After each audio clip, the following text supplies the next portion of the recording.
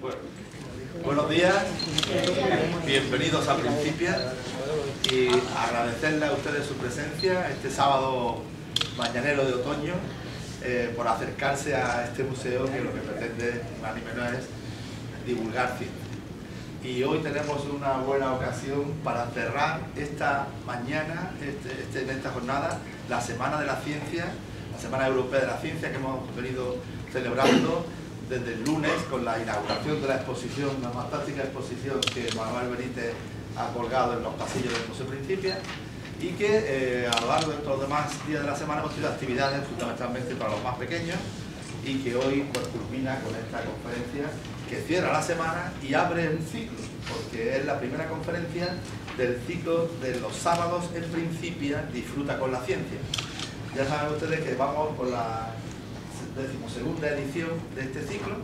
Han pasado por aquí más de 80 conferenciantes y que todas esas conferencias las pueden ustedes ver en YouTube, si ponen el canal de Principia Málaga, o directamente en nuestra página web, la página web de Principia.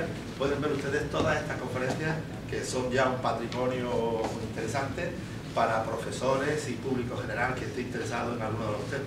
Así que ahí hay un recurso educativo importante, y esa conferencia, la conferencia que nos imparte hoy Manuel Benítez Azuaga, formará parte también de esta colección. Manuel Benítez Azuaga, que podéis llamarle, todos sois muchos de vosotros amigos de Manolo, yo también me considero amigo de hace tiempo, nos conocemos desde hace bastantes años y coincidimos aquí en Málaga, cuando yo llegué a Málaga en el año 80, hace muchos años, mejor decirlo así. Y hemos hecho muchas colaboraciones, hemos participado en muchos congresos, eventos de todo tipo, y nos ha unido fundamentalmente pues nuestra pasión por la ciencia, en este caso por la biología. Y para mí Manolo ha sido una referencia clara. Yo desde el principio vi su forma de trabajar, su dedicación exhaustiva, su calidad, y ha publicado libros, ha hecho sobre todo las fotografías y sus paseos por la naturaleza. Siempre ha sido un placer escuchar sus explicaciones, sus itinerarios. Así que en esta ocasión, cuando ya con la jubilación empezamos a tener cierto tiempo para preparar cosas, pues Manolo hizo una exposición en la sala Siglo de Unicaja, y le dije: Manolo, esa exposición tiene que venir a Principia. Y bueno, no es la misma, sino que ha ampliado fotos nuevas, fotos muy recientes, maravillosas, de los bosques de la selva de Irati y de otros bosques de España, y la pueden disfrutar ustedes al salir, y también disfrutar de esta charla que nos ha preparado con todo el cariño. Así que les agradezco a ustedes su presencia, les invito a seguir participando en las demás conferencias del ciclo, y agradezco por supuesto a Manolo que haya recogido este reto y lo haya hecho suyo. Así que muchísimas gracias y bienvenidos.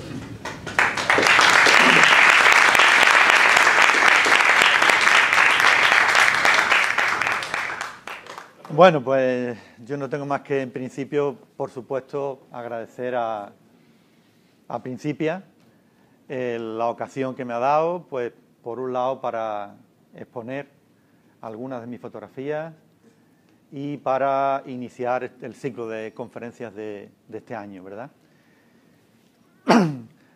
También agradeceros a todos, bueno, pues de estar por aquí, a muchos amigos, ¿no?, que es sábado por la mañana, que igual podíamos estar posiblemente en otro sitio mejor. Intentaremos que sea suficientemente atractivo, y que no nos arrepentamos de haber venido, por lo menos. En principio, esta charla yo la quería orientar hacia la fotografía, puesto que ya que está ahí la exposición, la verdad es que yo fotografía he hecho siempre, pero uno la hace siempre en plan un poco documental, ¿no? De hecho, tengo varias publicaciones con el soporte, digamos, documental de esas fotos. Pero hace un año, coincidiendo con mi jubilación, el Centro de Profesores de Antequera me insistió mucho en que querían una exposición mía de fotos y demás, y total, me lancé a ello. A partir de ahí, pues esta es la cuarta, es la cuarta, o sea, va uno ya lanzado. De hecho, ya este verano y hace poco me he ido a hacer fotos, expresamente, me he ido al Pirineo Navarro a hacer fotos, o sea que ya me lo he convertido en una nueva ocupación, por así decir. Claro está. Lo que pasa es que esas fotos no son solamente, digamos, algo artístico, ¿verdad? Sino que hay algo más. Es lo que quiero que veamos aquí hoy. Cómo a partir de esas fotos del paisaje nos abre una puerta a el conocimiento del medio ambiente. Es decir, que se convierte en un instrumento, ¿verdad? De hecho, hoy en día está ya bastante avanzado, desde hace unos 12 o 13 años, cada vez más, que los estudios de medio ambiente, la ordenación del territorio y la conservación de la naturaleza se está haciendo a través de estudios de paisajes, ¿verdad? Con lo cual, pues bueno, a eso es lo que quisiera yo incidir, de manera que vamos a hacer la charla, digamos, como en dos partes, ¿verdad? Una primera parte va a ser un poquito más técnica. Tenemos que abordar lo que es el concepto de biodiversidad y la importancia que tiene. Después hablaremos del paisaje, en el sentido este que os he estado comentando antes. Y una segunda parte que ya nos dedicaremos a hacer un paseo, digamos, por muchos espacios malagueños sobre todo, el Torcal, la Sierra de las Nieves, Fuente Piedra, etcétera. Y a partir de fotos de los paisajes de estos espacios naturales, vamos a ir interpretando ese medio ambiente. De manera que ese sería el contenido, en principio. Mientras había puesto aquí otro PowerPoint con fotos diversas de muchas especies, de la enorme riqueza que tenemos en Andalucía de especies. Muchas de ellas son endémicas o con características particularmente especiales. Bien. Entonces, vamos a empezar. Vamos a bajar un poquito la luz porque... Ahí va. Para que se vea mejor. Bueno. Empezamos, por tanto, un poquito hablando de lo que es la biodiversidad, ¿verdad? La biodiversidad, yo creo que todos sabemos bien lo que es la variedad de seres vivos. Evidentemente el planeta es lo que es gracias a la enorme variedad de seres vivos que existen, a la interrelación entre todos ellos. El resultado de lo que es el planeta es consecuencia de los seres vivos. Porque muchas veces se ha dicho que el planeta da las condiciones y son los seres vivos, y los seres vivos también modifican el planeta. Y la biodiversidad es algo muy importante, como vamos a tener ocasión de ver. La biodiversidad, digamos, se establece prácticamente a todos los niveles de organización biológica. Es decir, podemos hablar de biodiversidad a nivel de biomoléculas, de células, a todos los niveles. Pero básicamente se refiere siempre a una diversidad genética, es decir, dentro de la especie, una diversidad de especies, es decir, hay pues 2 millones de especies en el planeta, por ejemplo, una diversidad de ecosistemas y algunos autores incluso hablan de biodiversidad cultural. Ahí no vamos a entrar tampoco. Evidentemente el tema de diversidad es un tema súper amplio, es decir, muchos de aquí que somos profesores sabemos que nos tiramos muchísimos días en clase tratando el tema con los alumnos, hay másteres enteros dedicados a la biodiversidad, por tanto aquí vamos a hacer simplemente recordar un poquito esos conceptos básicos, muy someramente, que nos ayude a entender lo que viene detrás. ¿Qué es la biodiversidad o qué representa la biodiversidad? Ante todo tenemos que saber que si hay muchas especies, ¿saben? Por ejemplo, muchas las usamos para alimentarnos, ¿verdad? Otras las usamos pues como materia prima de muchísimas cosas. Caucho, corcho, algodón, etcétera. También la usamos como fuente de medicinas, ¿verdad? De medicamentos que en principio salieron todos de ahí, que hoy día hacen químicamente la mayoría, pero que todavía hay todo un mundo ahí por descubrir. Es decir, que tenemos ahí, digamos, un patrimonio, un pool genético, con muchas cosas, la mayoría incluso, diríamos, por descubrir todavía. Por tanto, hay ahí un patrimonio, desde ese punto de vista, muy importante, muy importante.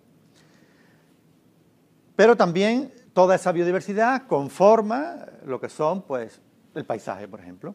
Y eso es otro patrimonio que tenemos. La biodiversidad varía mucho en zona del planeta. Todo el mundo se puede imaginar que no lo mismo en un desierto, ¿verdad?, que en un alcornocal, obviamente.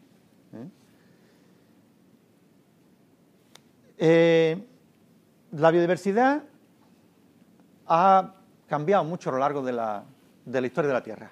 Todo el mundo recuerda o sabe que durante la era secundaria, la famosa era de los dinosaurios, ¿verdad?, un meteorito cayó y las consecuencias fueron una extinción masiva de especies.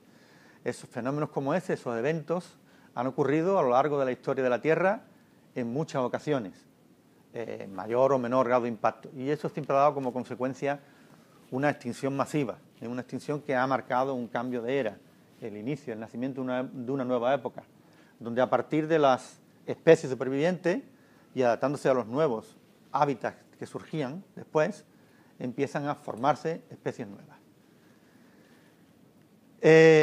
Como veremos, en la actualidad estamos asistiendo a un fenómeno parecido a ese, aunque no es tan puntual, pero vamos a tener ocasión un poquito de comentarlo también.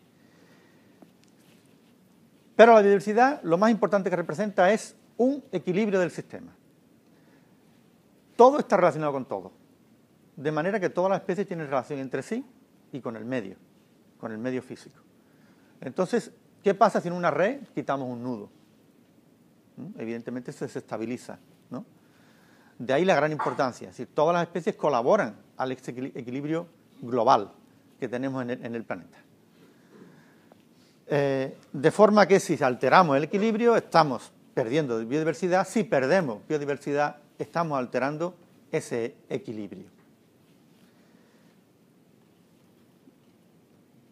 ¿Por qué está afectada la biodiversidad o la pérdida de biodiversidad? Antaño se ha hablado de extinción de especies, básicamente, ¿no? Se pierden especies.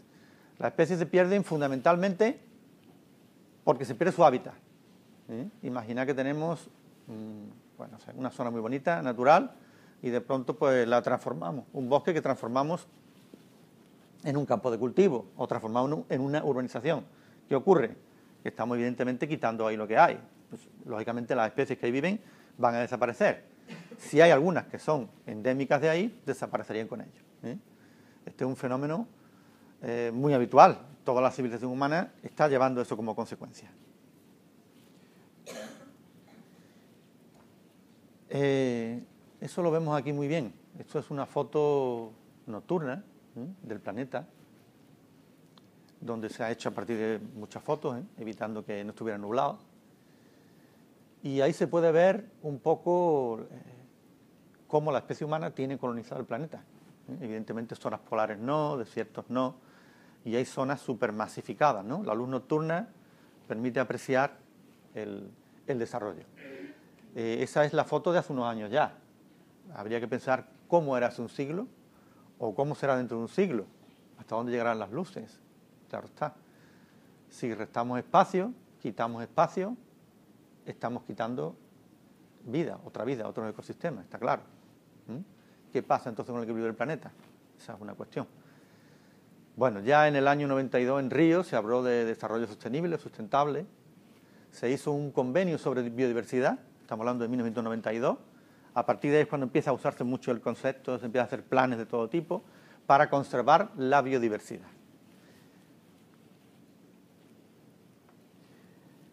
Ese pájaro que veis ahí tan curioso, que es como un pavo grande, es el dodo. Era un ave que vivía en la isla Mauricio, cerca de Madagascar, en el Índico. Fue descubierta por los colonizadores allá por finales del 1500 y, lógicamente, como no conocía al ser humano, el animal venía por allí, pues claro que hacía el colonizador, pues comida, le pegaba un palo y a la olla, a la cazuela, ¿verdad?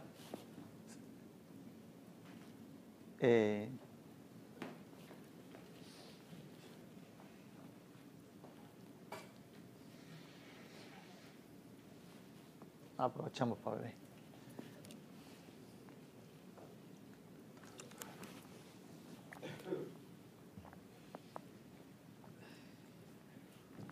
Vale, gracias. Bueno, pues yo la verdad que esto lo he estado haciendo durante muchos años con mis alumnos en el instituto para explicar un poco qué es lo que pasa cuando una especie desaparece, ¿no? Porque en 100 años el dodo desapareció. ¿Por qué desapareció? Porque se lo fueron comiendo. Bueno, eso también habría que discutirlo. Es lo que se contaba. Hasta no hace mucho era una cosa digamos, el emblema, ¿no?, del conservacionismo. Decía, pues el dodó desapareció, una sobreexplotación, lógicamente, y desapareció. Y tuvo una consecuencia, aparentemente tuvo una consecuencia. Hay un árbol en esta isla, que se llama árbol del dodó. Este árbol, en la actualidad, todos los ejemplares que existen tienen más de 300 años de edad. Más de 300 años.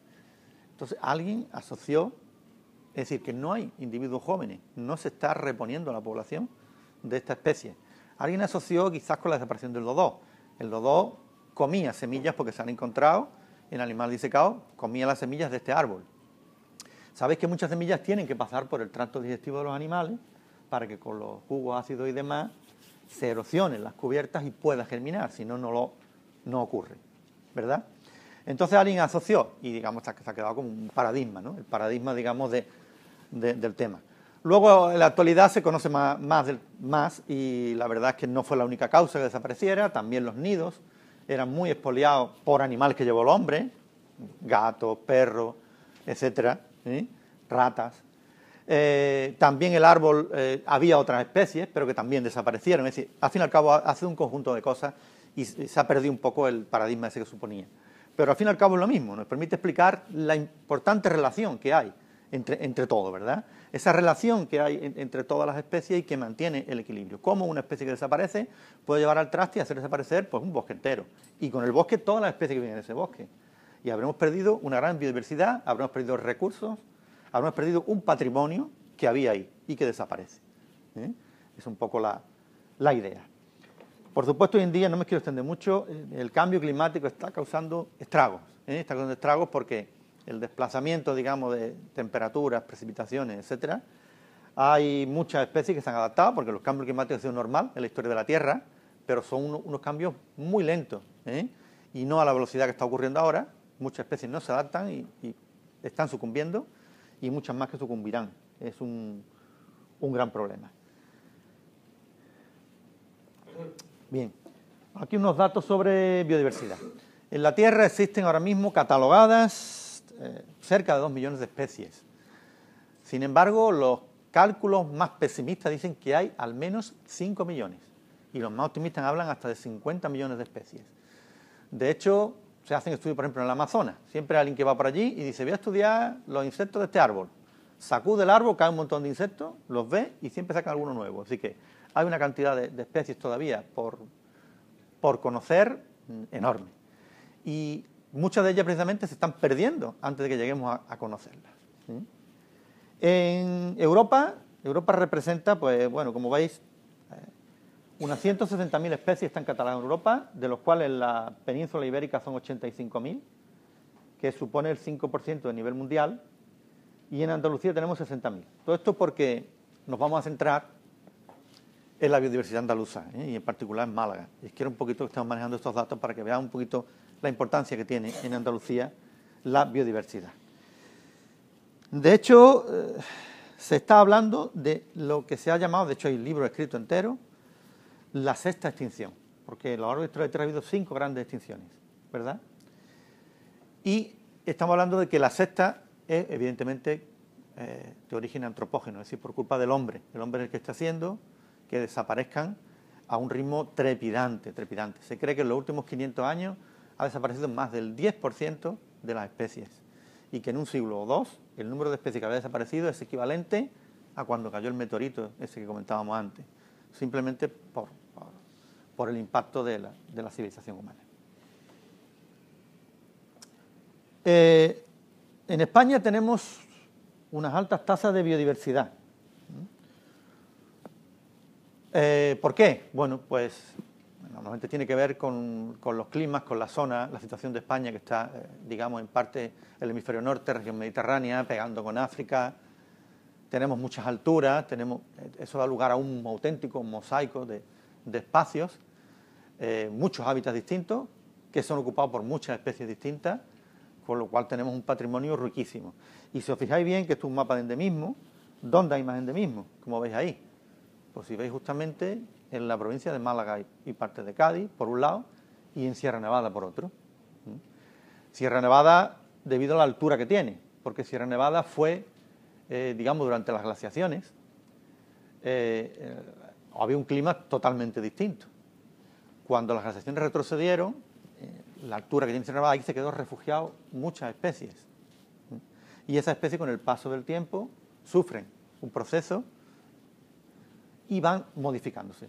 Y acaban dando especies que son distintas, nuevas especies, con el paso del tiempo, que son endemismos. Un endemismo es una especie que tiene un hábitat muy reducido, un sitio geográficamente muy reducido. Puede ser, a lo mejor, a veces localidades muy pequeñas, a veces una provincia, o un país o una región, pero al fin y al cabo su distribución es una distribución reducida. Eso es muy típico en las islas. Canarias, por ejemplo, tienen mucho endemismo. ¿Por qué? Porque las islas se quedan aisladas y ese aislamiento provoca que con el paso de millones de años las especies van evolucionando y se convierten en otras distintas. Pues Sierra Nevada tiene un proceso similar. Aquí en Málaga y demás, pues tenemos varias condiciones que han dado. También es zona montañosa, coincide básicamente con la serranía de Ronda. Hay rocas como las peridotitas, que son un material magmático, ultra básico, que da lugar también a las condiciones más así. Nos encontramos, Andalucía se encuentra, si os fijáis bien, entre Europa y África y entre el Mediterráneo y el Atlántico, ¿no? Somos una encrucijada, con lo cual hace que muchísimas especies provenientes de todos lados hayan colonizado aquí y conviven, dando esa riqueza tan grande que tenemos. Como decía,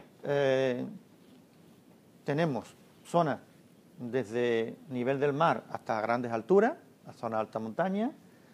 Tenemos precipitaciones de las zonas más desérticas de la península, en Almería, hasta las zonas que más llueven, en Grazalema o al norte de la Sierra de Aracena en Huelva. Hablamos ahora un poquito entonces por tanto tenemos una enorme riqueza, pero esta riqueza lógicamente se va perdiendo. Afortunadamente, desde hace bastantes años, tenemos una red de espacios protegidos, con leyes que evitan, de alguna manera protegen esos espacios, ¿verdad? Ya sabéis, tenemos parques naturales, parques nacionales, reservas, etcétera.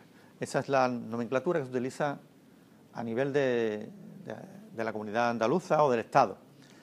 A nivel de Europa ya hay que hablar de otros términos, se habla de lugares de interés comunitario, los LIC, zonas CEPA, zonas de especial protección de aves.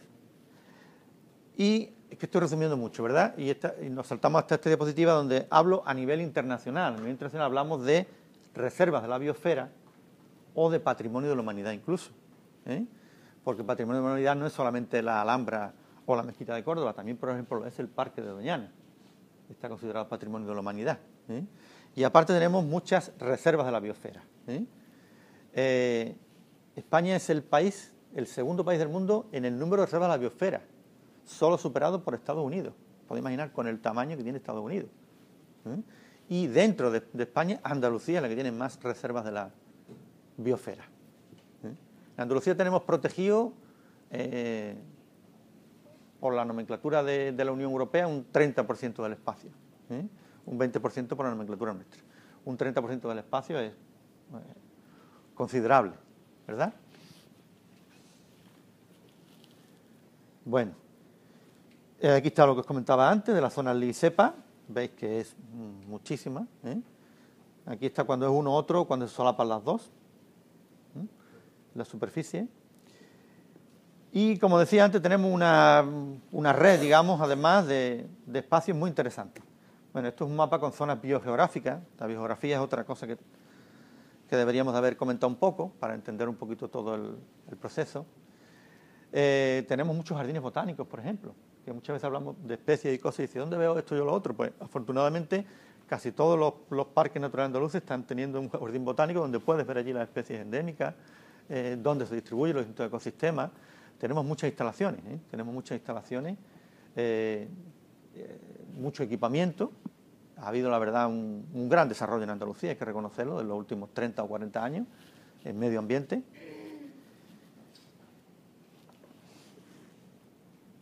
Bien, si os metéis en la web de la Consejería de Medio Ambiente, está el REDIAN, que es la red de información ambiental de la Junta de Andalucía, y, por ejemplo, pues queréis saber sobre biodiversidad, podéis poner ahí el nombre común o científico de especies y os salen una descripción y, digamos, las publicaciones que se tengan al tema y demás. Así que la información está toda ahí, muy disponible. La verdad es que queda mucho por estudiar, como es lógico, pero tenemos mucha información ya y tenemos muchos datos que nos permiten a cualquier ciudadano acceder y tener ahí una información muy valiosa. Yo recomiendo también, cuando vayamos a un espacio natural, entrar en la ventana de espacios naturales, que viene espacio por espacio y vienen los equipamientos, los senderos, se descargan uno los tracks para el móvil, etcétera, etcétera, ¿no? Hay una información muy exhaustiva, la verdad. Incluso tenemos ahí el mapa de biodiversidad de Andalucía, muy detallado, muy detallado. Se puede incluso descargar para verlo en Google Earth, y cualquier territorio podemos ver un poco. Hay mapas de todo, de vegetación, de geología, de todo tipo de cosas. Es decir, que tenemos ahí una información súper valiosa a nuestro alcance. Bueno, y bueno, yo creo que por lo menos nos ha hecho una idea de la importancia de la biodiversidad, que tenemos una biodiversidad muy, muy grande en nuestro territorio, aquí en Andalucía, que por supuesto es nuestro patrimonio y que vamos a intentar tener una idea de conocerlo, ¿verdad? Hablamos ahora de otro tema, el paisaje. Pues, ¿qué tiene que ver la biodiversidad con el paisaje? ¿Qué tiene que ver los ecosistemas con el paisaje? Es la pregunta. Bueno, cuando yo veo un paisaje, evidentemente, un paisaje es un mosaico, ¿no? Es como un mosaico. Veo manchas, ¿no? Veo, bueno, pues aquí está un pequeño bosque, aquí está un campo de cultivo, aquí está el río, aquí está un terreno abandonado, etcétera, etcétera. Todo ese mosaico, evidentemente, tiene relación entre sí, porque el clima es común para todo, posiblemente el suelo también. Y, por supuesto, entonces hay un flujo ahí entre todos esos, digamos, subsistemas o manchas de ecosistemas, hay un flujo que lo regula y lo une. Las especies pasan de un lado a otro, todos sabéis que hay pájaros que a lo mejor comen en la pradera y anidan en el bosque, etcétera. Los insectos vuelan y donde caen, buscan su sitio apropiado, pero a veces tienen que atravesar otro sitio y demás. Es decir, que ese mosaico, digamos, que los geógrafos desde siempre han estado ellos estudiando la estructura de esos paisajes, porque la geografía se ha usado siempre el paisaje como fuente principal de estudio. Pero llegó un momento en que la ecología también empieza a ver a través de esos paisajes el funcionamiento del ecosistema. Porque si nosotros hacemos una foto de día o de noche, hacemos una foto en invierno o en verano, o tenemos ya fotos de un paisaje hace 50 años y ahora, podemos ver la evolución de ese paisaje y buscar sus causas. De manera que en la actualidad, y concretamente unos trabajos del año 2003 ya, toda la ordenación del territorio se empieza a hacer a partir de fotografías de paisajes. Muy curioso porque se ha dado un salto en este sentido, que es bastante asequible y muy nuevo, ¿no? Muy nuevo todo esto. Podemos hablar ya, y existen, digamos, hasta asignaturas de ecología del paisaje. Ecología del paisaje. Bueno, yo no quiero tampoco entrar ya en estos temas, que es bastante específico, porque aquí yo creo que lo que más nos interesa ahora mismo es echar ese ratito de algo de espacio que conocemos e interpretar esas fotos, ¿no? Teniendo en cuenta todo esto. Y eso es lo que vamos a hacer. No sé, ¿alguna pregunta, ya que hemos cortado hasta aquí, de lo que va hasta ahora? ¿Sí? Bueno, pues vamos a ver principalmente espacios malagueños, principalmente de Málaga. Y voy a empezar por el Torcal. Otra cosa, lo que tengo más cercano ahora mismo, porque voy mucho por allí, es un sitio que trabajo mucho. Una publicación que tenemos aquí, está mi amigo Luis y yo, que la tenemos recientemente, es del Torcal y es muy conocido, ¿no? Lo tenemos más conocido. Empiezo por el Torcal. Claro, el Torcal uno podría pensar, bueno, es un ejemplo de biodiversidad, más bien parece de geodiversidad, ¿no? Evidentemente. Es un claro ejemplo de geodiversidad, de hecho está dentro de los parques, digamos, con ese sello que hay en Andalucía. Pero pensad una cosa, que es un sistema de rocas, ¿verdad? Y la roca es también un hábitat muy específico. Un hábitat muy específico, el hábitat rupícola, digamos. Y sabemos que ahí existen plantas que son muy específicas. Existen pequeños helechos, musgos, etcétera, que viven exclusivamente ahí.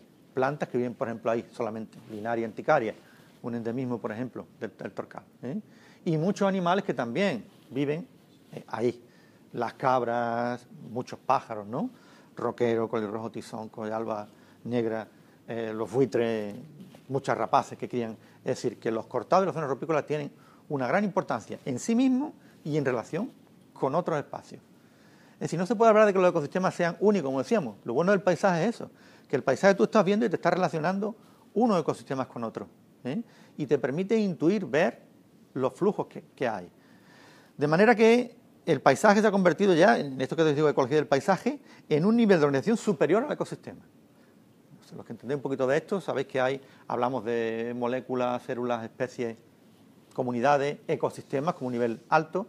Digamos que el paisaje se ha convertido ya en un objeto de estudio que se considera un nivel de organización superior al ecosistema. ¿Vale? Bueno, pues el Torcal, como veis, es un mundo de piedra, ¿no? Un mundo de piedra. Aquí tenemos la zona esta, por ejemplo, en las vistas más habituales. Está la zona que le llaman de las catedrales y los arreladeros al fondo. Veis aquí personas, ¿verdad? Alcanza una altura impresionante por aquí. Es un sitio espectacular. Tiene muchos monumentos naturales, figuras y demás, como pueden ser el tornillo, el sombrerillo, macetones. Aquí vemos, sobre las pilas de bollo estos que hay aquí, cabras montesas. Las cabras montesas, sabéis que la subespecie es también endémica, tenemos una subespecie distinta. Animales que viven en la roca, en lo alto de las piedras, y tiene su hábitat perfecto. Tenemos, como os comentaba antes, en esas hendiduras de la roca, multitud de helechos, doradillas, musgos, ombligos de Venus, etcétera. Muchísimas comunidades que hay estudios hechos con una cantidad de musgos tremendo.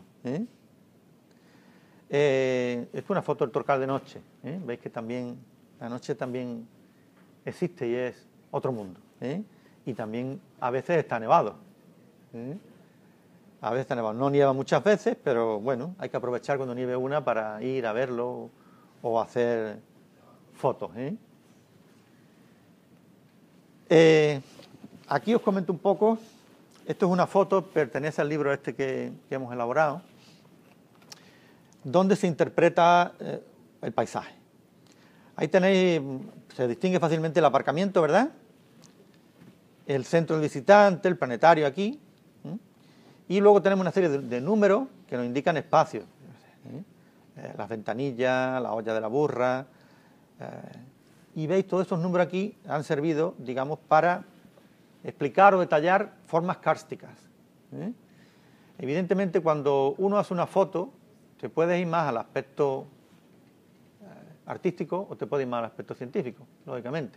Esta foto pretende abarcar lo más posible. Cuando tú haces una foto de paisaje con un objeto científico, evidentemente tienes que abarcar la realidad.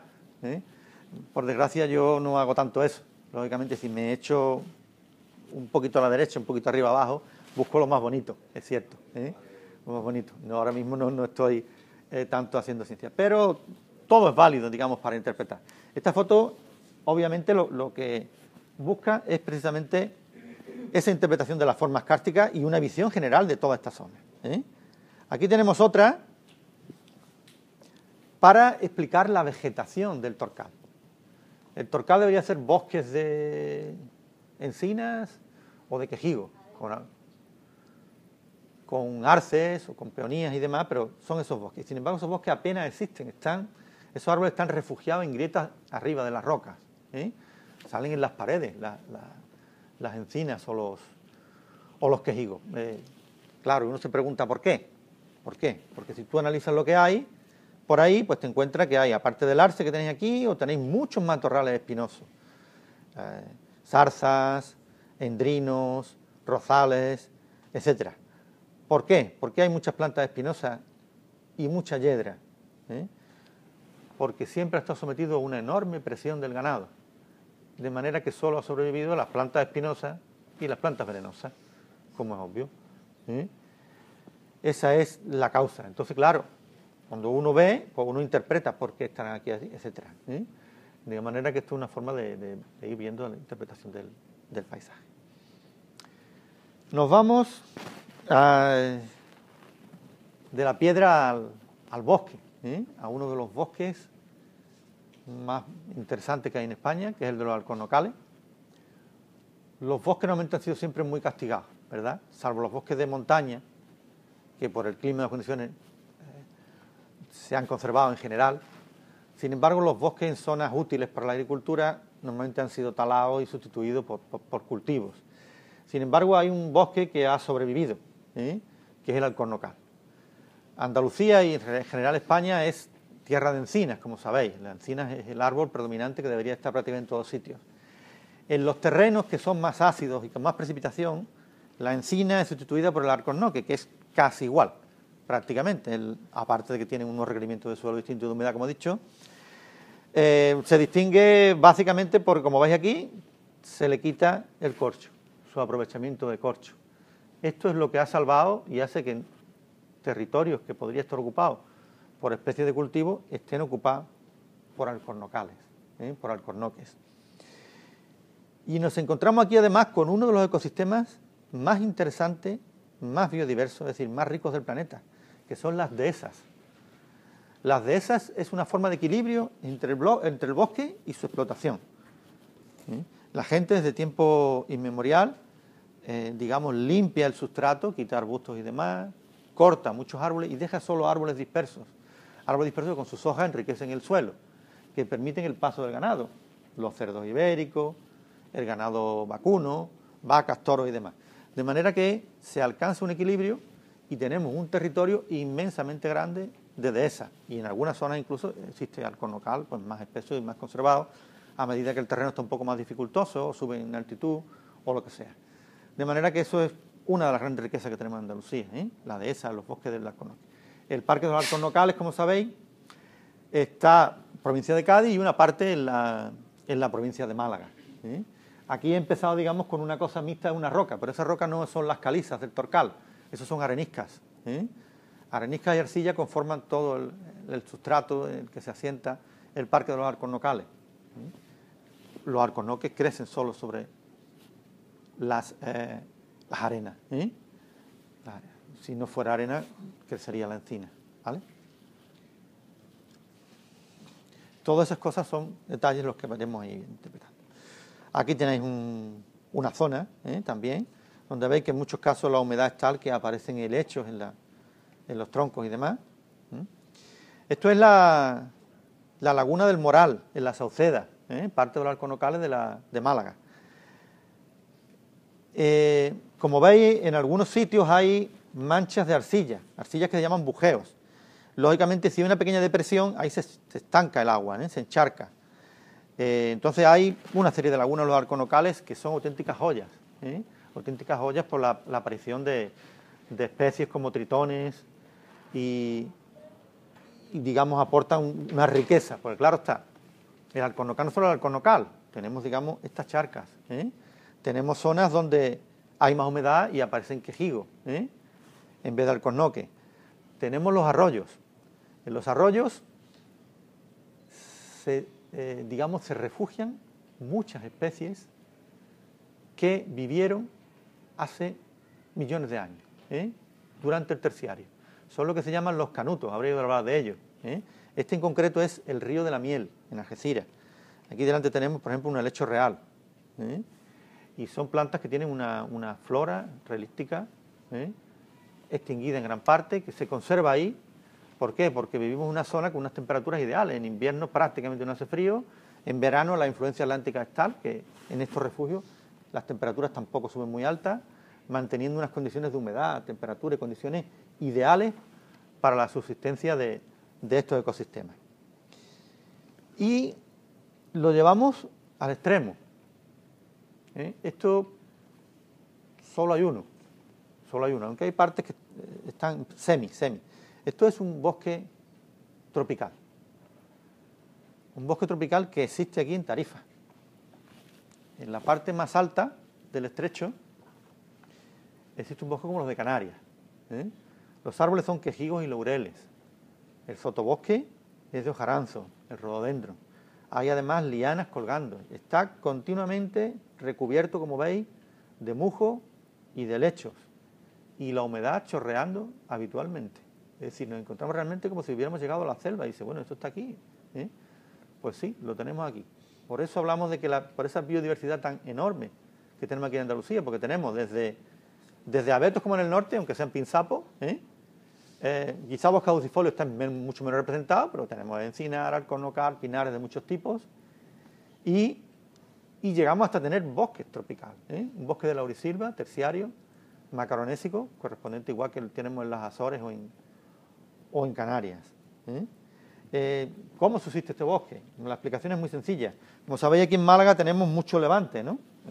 Creo que así como el 40-45% de los días en verano son de levante, que es los días más agradables para ir a la playa, que es más fresquito y demás, ¿no?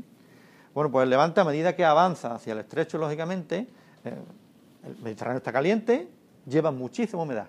Al subir en el estrecho, esto está a 700 metros de altura, al subir, lógicamente, esa humedad se forma, digamos, se condensa, se forman nieblas y nubes, tropieza con este bosque y ahí descarga la niebla.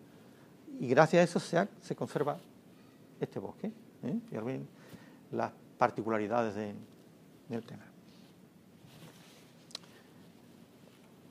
Bueno, esto es el sitio en el que se accede también desde ahí al bosque de niebla. Esto es desde el estrecho viendo hacia el Atlántico. Venimos hacia acá. Hemos ido hacia el Alcorcón, nos venimos hacia acá al Valle del Genal, ¿verdad? El Valle del Genal no es un espacio protegido. Y no es un espacio protegido de otra cosa porque, digamos, ahí lo bonito son los castaños, como sabéis. Los castaños, lógicamente, son plantados. Yo creo que podría haberse hecho igual un parque natural, pero bueno, no es una figura protegida. En este momento nos encontramos en el momento dulce. Desde hace unos días para acá es el momento de ir al Valle del Genal y verlo. Es lo que se ha llamado la primavera del cobre, ¿vale? Cuando se amarillan todas las hojas, ya han recogido las castañas y da unos aspectos fantásticos, preciosos, ¿no? Deambular por ahí es una maravilla. Aquí tenemos una vista, ¿veis? Cuando el paisaje se abre, nos permite interpretar, ¿verdad? ¿Qué vemos aquí? Pues evidentemente un mosaico de colores, ¿no? Un mosaico precioso de colores. Bien.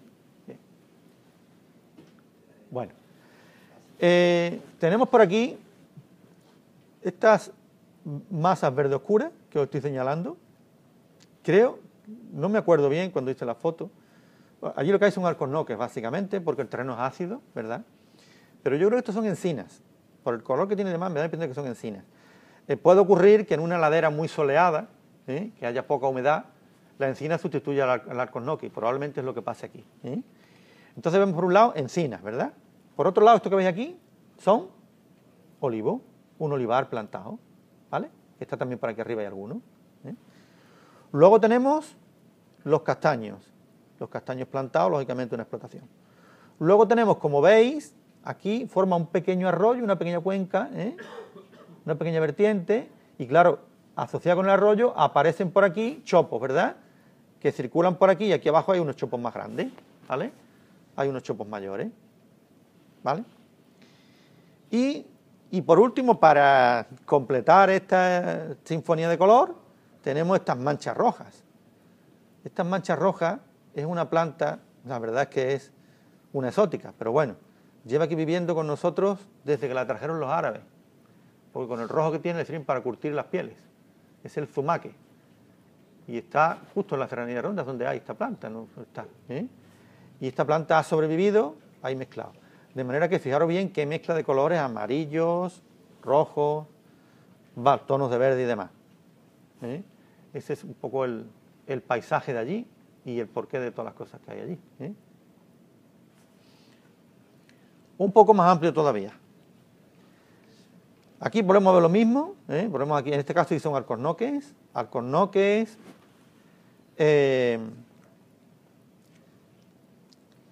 Los castaños, por ejemplo, ¿por qué arriba están más amarillos y aquí más verdes? Lógicamente porque más altos sufren más frío y pierden la hoja antes, empiezan a amarillar antes. Todo es interpretable. Tenemos aquí manchas de matorral, volvemos a tener sumaque, pero vemos un contraste muy bonito, muy interesante detrás. ¿Detrás qué es? Detrás lo que se llama el torcalillo de Cartagena. Ahí acaban los terrenos ácidos y son terrenos calizos. Esos son calizas.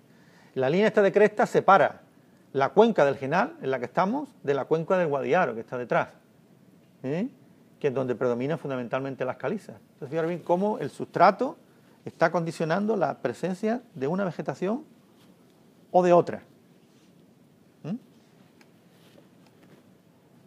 Bueno, esta es la estampa que podéis ver por allí por cualquier camino y os recomiendo. Otro espacio. Bueno, el Chorro, la zona de los embalses y demás. Esto es otra zona no protegida, salvo el desfiladero de los Gaitanes, no está protegida. Es una zona pues tan artificial o más que la otra. Es una zona todo de pinos repoblados, de pinos carrascos repoblados. Sin embargo, lleva tantos años que la zona ha madurado bastante, se ha enriquecido con muchas especies autóctonas. El ambiente se hace muy bonito, lógicamente está muy enriquecido ¿con qué? Está enriquecido el paisaje, con las láminas de agua. Las láminas de agua en un paisaje hacen mucho, ¿no? Lo hacen más agradable, más confortable. El desfiladero de los Gaitanes, el Caminito del Rey, que ahora se ha hecho tan famoso en este momento por su rehabilitación. Esto está visto desde el pico del convento, desde la parte de los embalses, lo veis por detrás. Aquí está el paso, las líneas de tren, el río que está abajo metido. Aquí arriba sabéis que hay otro embalse, que suben el agua que sobra antaño y adelante hay otro. Es una zona que tiene geológicamente súper interesante porque no solamente tiene calizas, tiene areniscas, tiene de todos también. Aunque ya te digo, desde el punto de vista florístico, básicamente es una repoblación. Ahí tenéis, digamos, las vistas súper... Se ha convertido en una zona de uso recreativo, muy importante. Claro, porque el valor, digamos, de los espacios protegidos, aparte del patrimonio que supone en sí y demás, cada día más se usa en forma recreativa. Es decir, es una fuente de turismo, de paseo, de equilibrio para todos nosotros, evidentemente. Y esta es una foto muy antigua de los embalses del Chorro. La laguna de Fuente Piedra, conocida por sus flamencos, ¿verdad? Porque hasta no hace mucho el flamenco solo criaba en Fuente Piedra y en la Camarga en Francia. Actualmente ya, tanto en Doñana como en las marismas de Lodier se han dado casos de parejas que están ya criando también. No solo hay flamenco, evidentemente hay muchas aves. Por ejemplo, algunos no saben que estos son grullas. Estos son grullas entrando a la laguna. Y en este momento ya se pueden ir a ver las grullas. En todos los campos de alrededor existen muchas grullas. Esta foto también es muy interesante. Vemos aquí matorrales, ¿verdad? Vemos, aparte de las grullas entrando, vemos matorrales, vemos una zona adhesada, con encina, bastante clareada por algunos sitios. Vemos aquí, todo esto que veis de ese color medio rojizo, es la vegetación que rodea a la laguna. Son tarajes y salicornias, que es una planta caduca, curiosamente. Luego al fondo, pues lógicamente tenemos campos de todas clases, por aquí estará el pueblo, y bueno, otro paisaje que nos enriquece y que nos aporta y en el cual vemos montones de cosas. Por ejemplo, este es un taraje en los que llevan muchos años, algunos tienen aporte arbóreos y demás.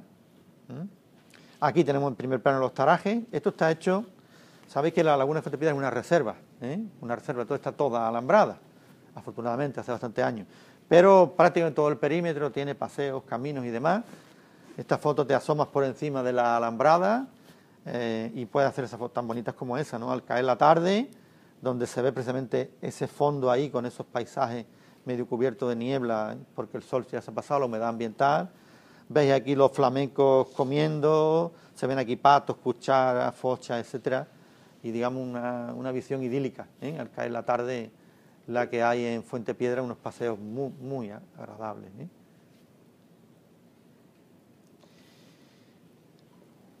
La Sierra de las Nieves.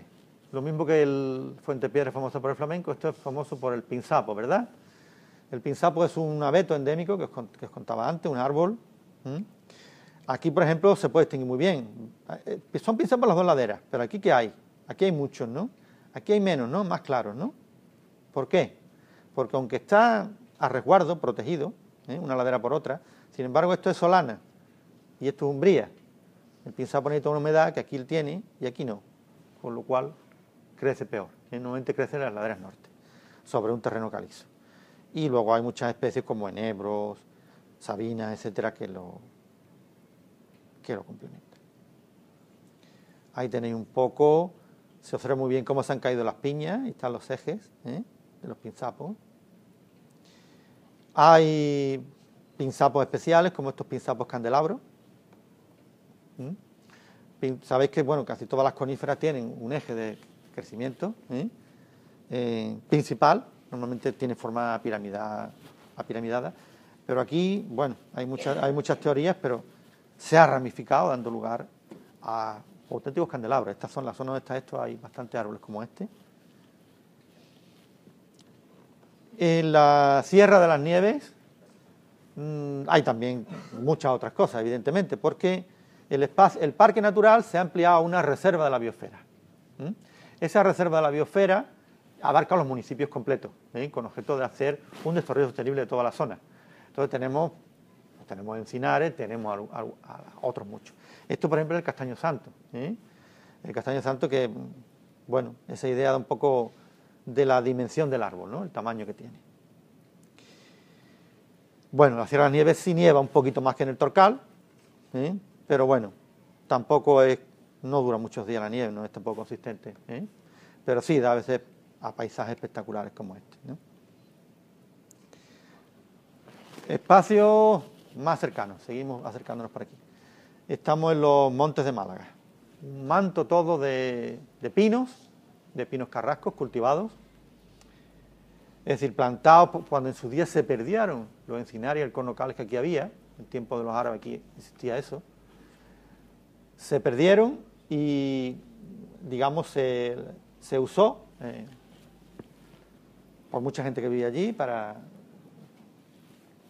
autoabastecimiento y sobre todo como viñedo. Todo el vino de Málaga famoso salía de aquí, de todos los montes. La plaga de la filocera acabó con todos los viñedos, el terreno se desertizó, se hundió y empezaron a recuperarlo plantando pino. Y actualmente pues tenemos un manto verde que es parque natural, no es que tenga un gran valor, pero bueno, sí tiene un gran valor desde el punto de vista de que es el pulmón de Málaga, de que tenemos una zona forestal muy grande al lado, aunque sean repoblación, y una cosa muy importante, que nos sirve de experimento, porque se están recuperando las encinas y los alcornoques que había ahí. Entonces, con el paso de unos 200, 300, no sabemos cuántos años, volveremos a tener ahí encinares y alcornocales. Bueno.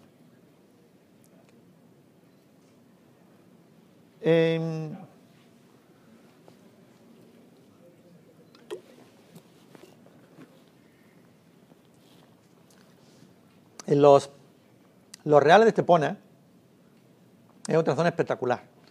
Es, digamos, en la provincia de Málaga, digamos, la zona de más altura pegada a la costa que hay. Alcanza los 1.400 metros. Y entonces, claro, esa diferencia altitudinal que hay es tremenda. Es tremenda. Esta foto puede parecer invierno, pero está hecho en pleno verano, en el mes de agosto. En el mes de agosto abajo en Estepona habrá en torno a los 30 grados, pero ahí arriba había 14 grados ese día. 14 grados. Es decir, pasa lo mismo, las nieblas de levante que habíamos comentado suben hacia arriba, la altura que hay es considerable y se enfría. Y claro, y te encuentras en esa fecha que está florecido. Te encuentras que está florecido. Son dos pequeñas manchas de pinzapar, que a veces han tenido plagas importantes que la han diezmado, pero se está recuperando y parece incluso que se está extendiendo. Hay ejemplares muy viejos y muchos secos que dan unos aspectos preciosos al paisaje por allí. Esta está sobre un sustrato muy interesante, antes lo habíamos comentado. Aquí no son calizas, estos son, como los pinzapos normalmente están en Grazalema y en Sierra de las Nieves, son peridotitas. La peridotita es una roca muy profunda, una roca profunda que afloró, tiempo A, y tenemos en Málaga, algunos dicen que es el yacimiento más importante que hay, es una roca cargada de metales pesados, y eso hace que lógicamente vivir allí sea unas condiciones muy difíciles, de manera que con el paso del tiempo lógicamente da lugar a muchas plantas endémicas, ¿no? A unas adaptaciones muy específicas, y eso es parte de la riqueza también de endemismo que tenemos aquí, debido a las peridotitas. De todas maneras, aparte de las manchas de pinzapo, cuando subís por allí veréis unas extensiones enormes de pinos que en esta ocasión no son repoblados, son pinos, se llama pino marítimo, pino resinero, el pino spinaster. Es un pino que ocupa una extensión enorme, con una salud extraordinaria, y es un bosque de montaña precioso que tenemos allí. Vistas como esta, que suelen verse muchas veces en países tropicales, en Canarias y cosas así, se ven también de vez en cuando aquí, porque las nubes este día estaban entre 400 y 800 metros de altura. Si tú estabas en este pone, estaba nublado, pero iba subiendo, claro, hasta llegar a los 1400, pues evidentemente atraviesas toda la capa de nubes y te sitúas por encima. Y entonces vemos ahí todas las sierras que dan al Mediterráneo, a nuestro mar de Alborán, ¿vale? Dando una vista de paisaje muy interesante. Bueno, y para vamos a ir acabando, y digamos que no he querido acabar, digamos, aparte de Málaga, de estos espacios malagueños, pues mencionar quizás los tres espacios más importantes que hay en Andalucía, como todos sabéis, que son la Sierra de Cazorla, el Parque Nacional de Doñana y Sierra Nevada. Son los espacios, digamos, a nivel de parques nacionales que tienen mayor interés y demás, ¿no?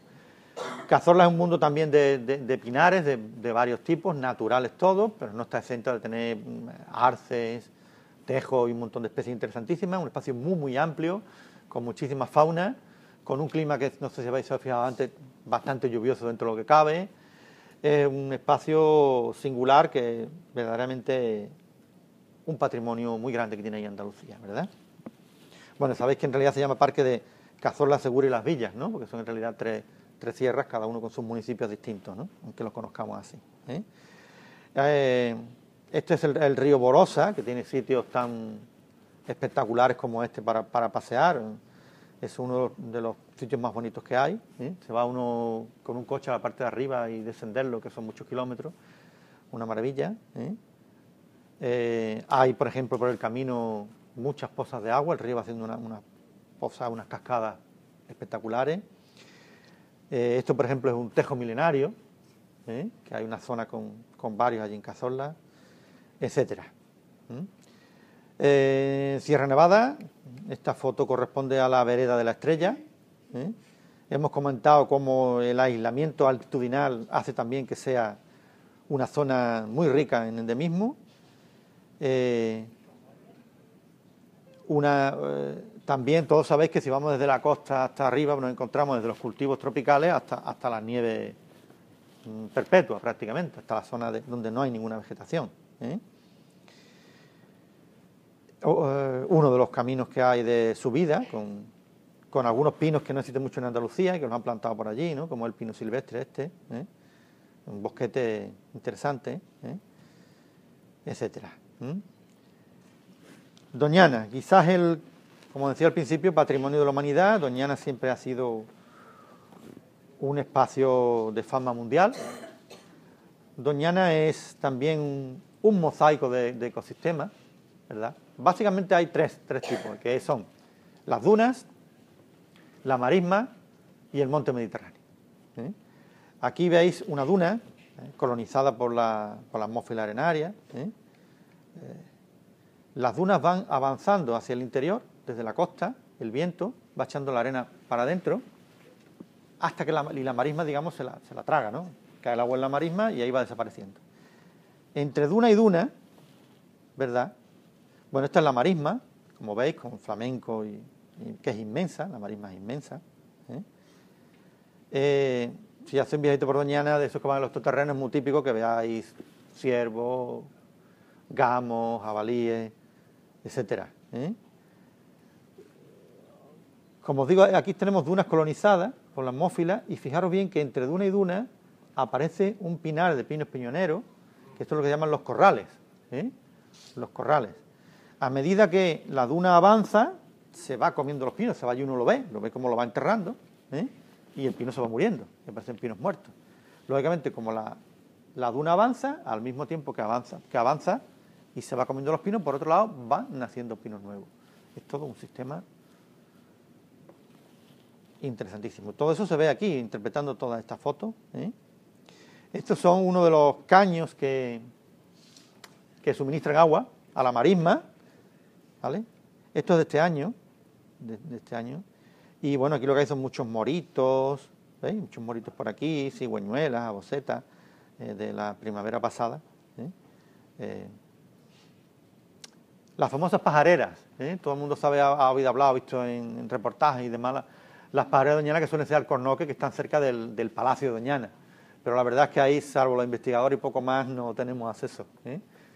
Pero esta es una pajarera que hay sobre Taraje, ¿eh? Taraje, que está al lado de la marisma, igual que aquí está al lado de Fuentepiedra, sobre estos tarajes grandes que hay en el centro de visitante Valverde, que está en la parte norte del Parque Doñana.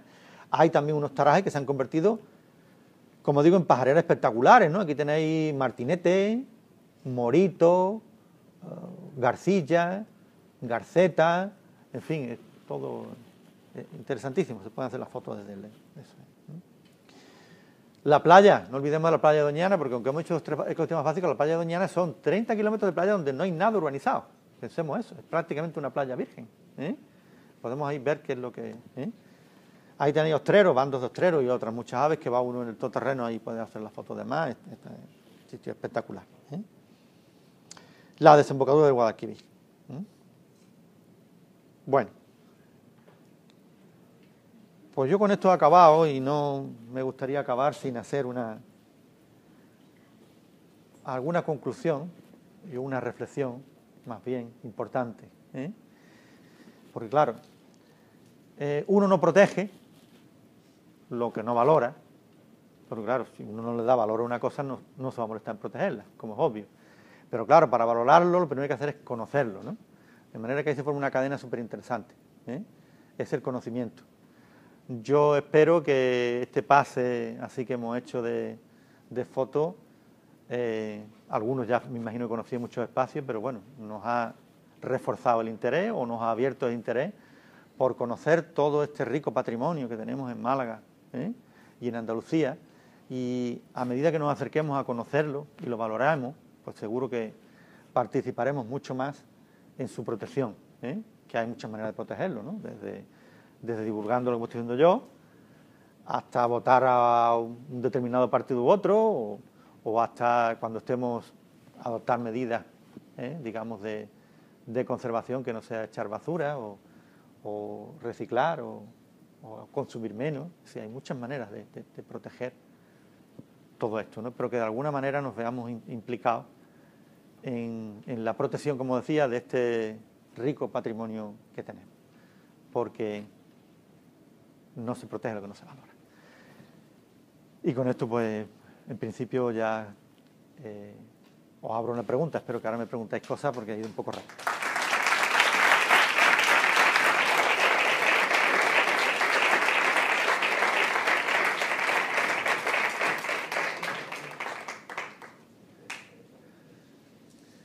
Bueno, ¿alguna preguntilla de lo que sea?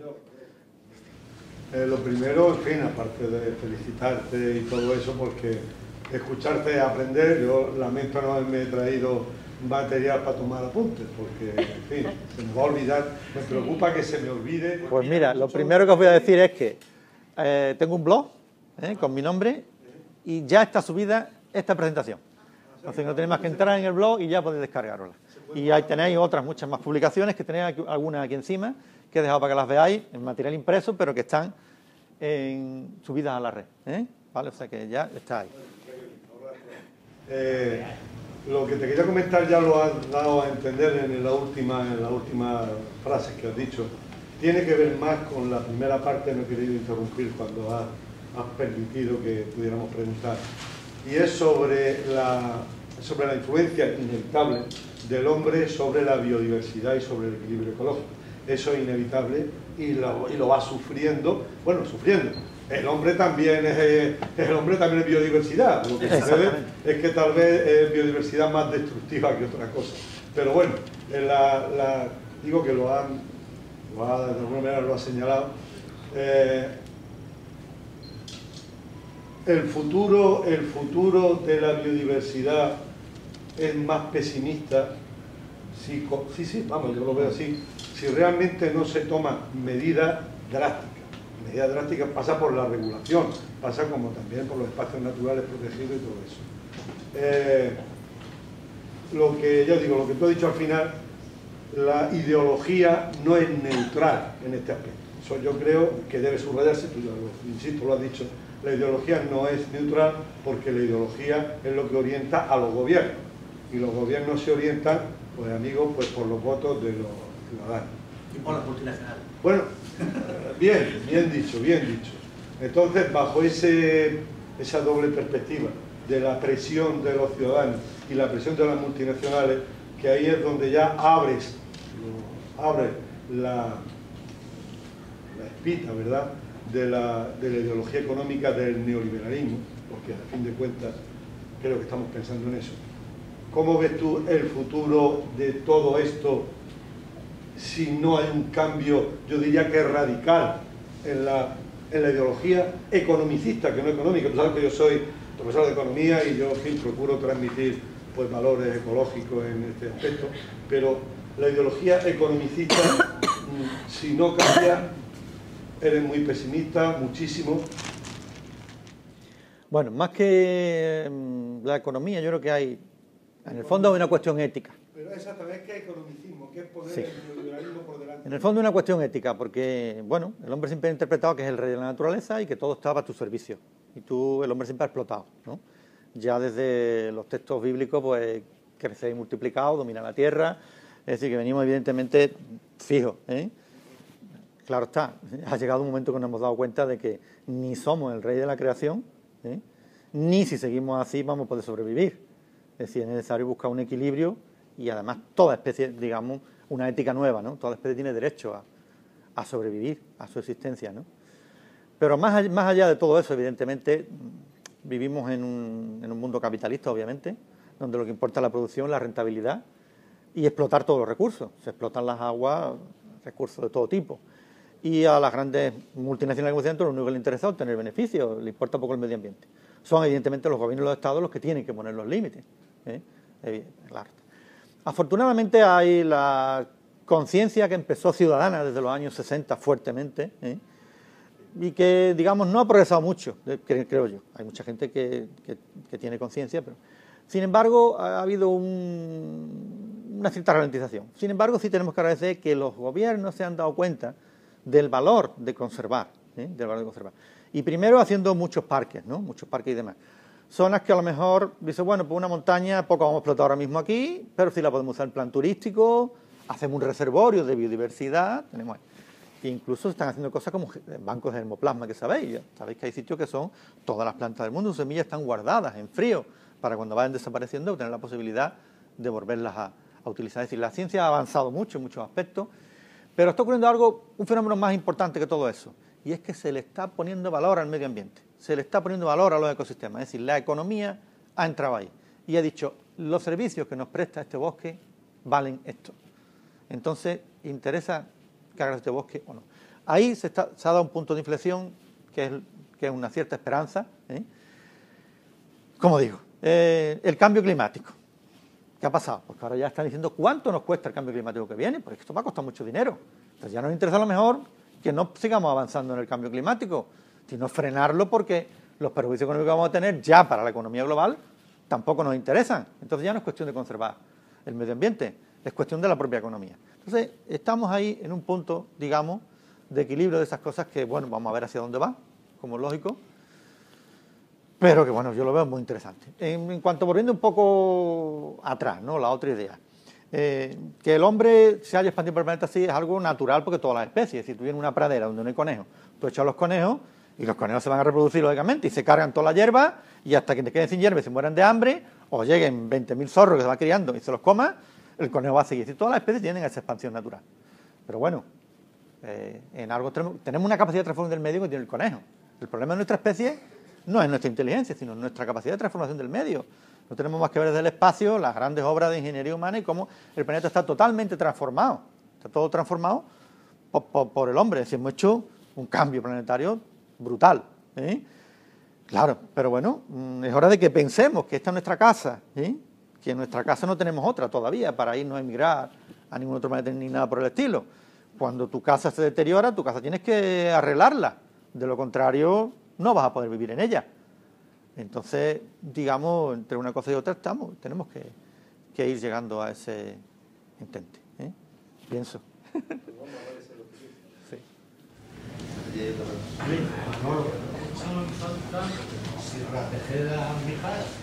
Cierto, es que tenía mucho y no me da tiempo de más. Y más sitios, hay muchos sitios, claro que sí. Tengo también fotos como es lógico. Y había faltado algo más importante, las costas. Las costas, que mi amigo Felipe me va a matar, porque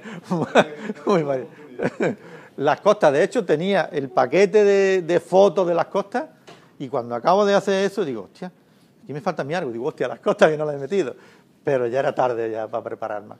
Las costas también, sí.